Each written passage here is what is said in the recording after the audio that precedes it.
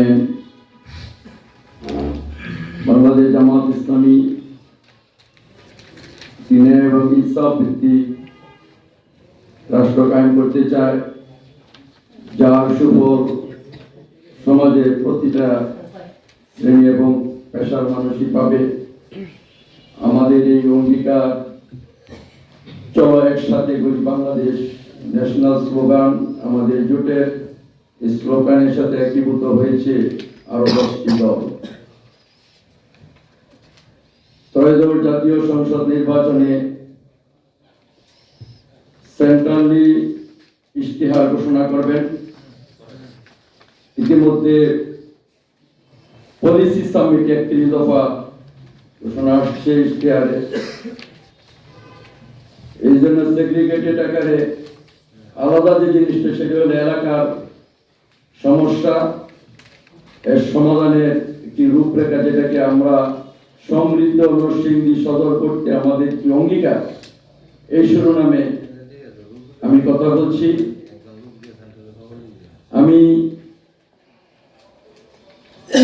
দল থেকে মনোনীত হওয়ার পর নরসিংদীর 11টি ইউনিয়ন, সদর আসনে 2টি পৌরসভা, আনাচে কানাচে অলিতে গলিতে ঘুরেছি।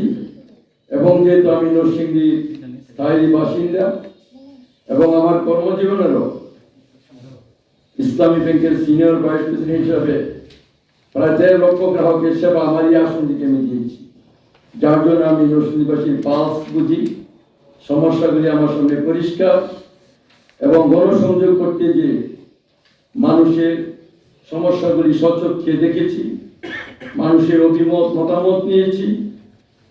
এগুলির প্রেক্ষিতে আমি এখানে আমার যে অঙ্গীকারগুলি সমৃদ্ধ নরসিংদী করার জন্য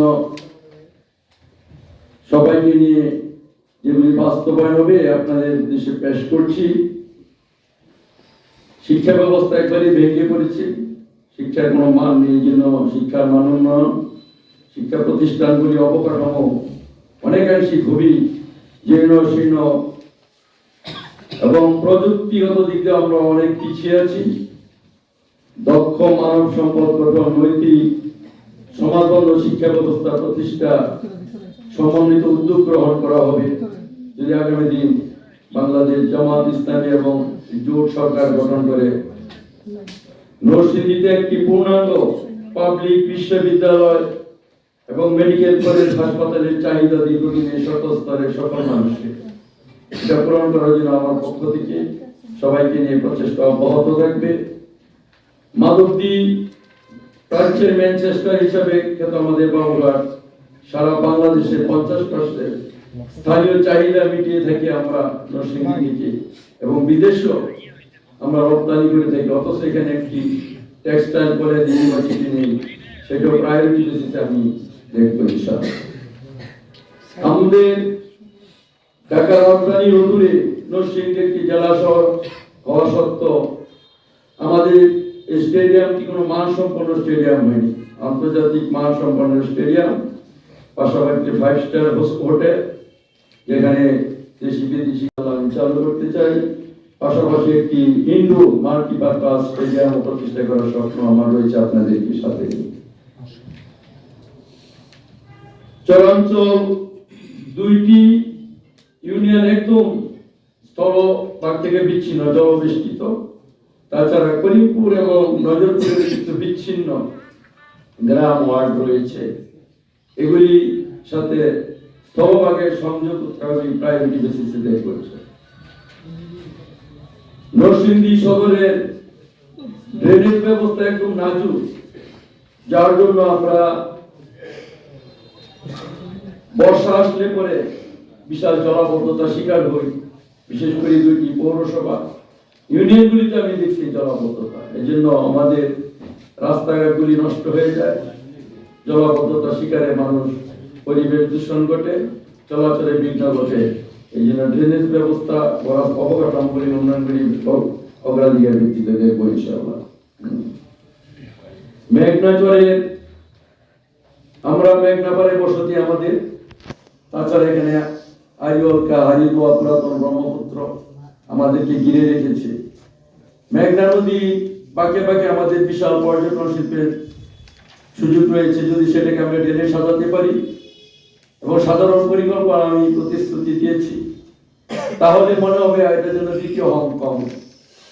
এই প্রতিশ্রুতি আমার থাকবে। পর্যটন শিল্প দেশের অর্থনৈতিক সমৃদ্ধি, ভ্রমণ পিপাসু, পর্যটন পিপাসু সারা পৃথিবীতে আকৃষ্ট করে আমাদের মেঘনা পাড়ের এই পর্যটন শিল্প।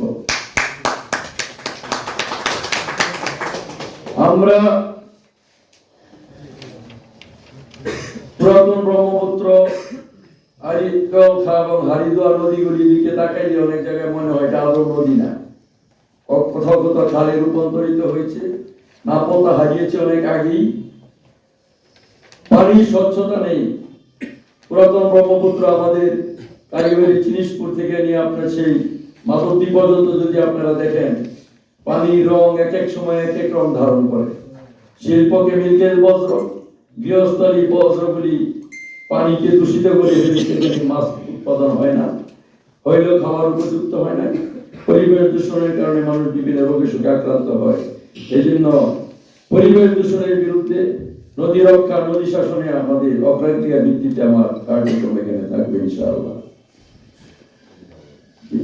নরসিংদী সদরের বাসাবাড়ি কলকারখানা প্রতিষ্ঠানের নিরবিচ্ছিন্ন বিদ্যুৎ, গ্যাস, পানি সরবরাহে আমরা অথরিটির সাথে যোগাযোগ করে নিরবিচ্ছিন্ন যদি অব্যাহত থাকে, আমাদের পক্ষ থেকে সেই ব্যবস্থা অব্যাহত থাকবে।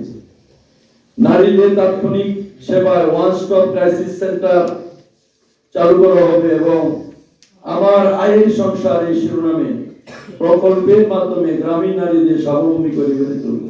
আমরা জাতিকে বিক্ষুব্ধ বানাইতে চাই না, তাদের হাতকে কর্মের হাতিয়ারে রূপান্তরিত করতে চাই এবং নরসিংদীবাসী সেটাই চাই।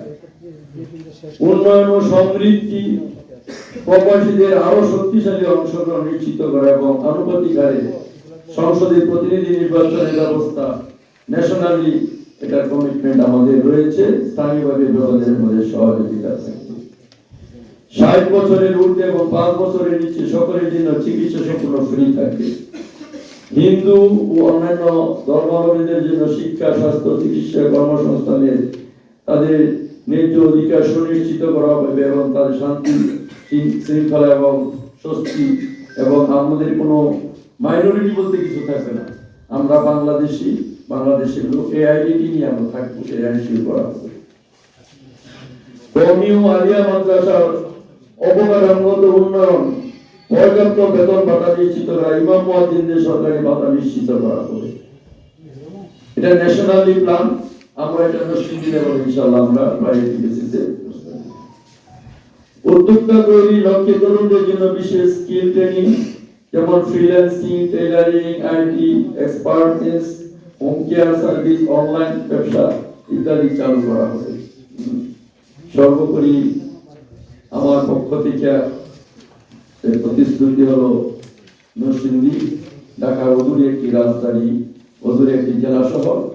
আজকে সন্ত্রাস, চাঁদাবাদ, দুর্নীতি, মাদকের সয়লাভ, সন্ত্রাসের জনপদ হিসাবে যে পরিস্থিতি লাভ করছে, এখান থেকে আমরা বেরিয়ে আসতে চাই। মানুষের শান্তি, স্বস্তি, নিরাপত্তার জন্য যা যা করা দরকার ইনশাআল্লাহ আপনাদের সবাইকে নিয়ে নরসিংদী সেটাই করবো। আমি জাতির শাসক হব না, সেবক এবং তাদের সবাইকে ধন্যবাদ।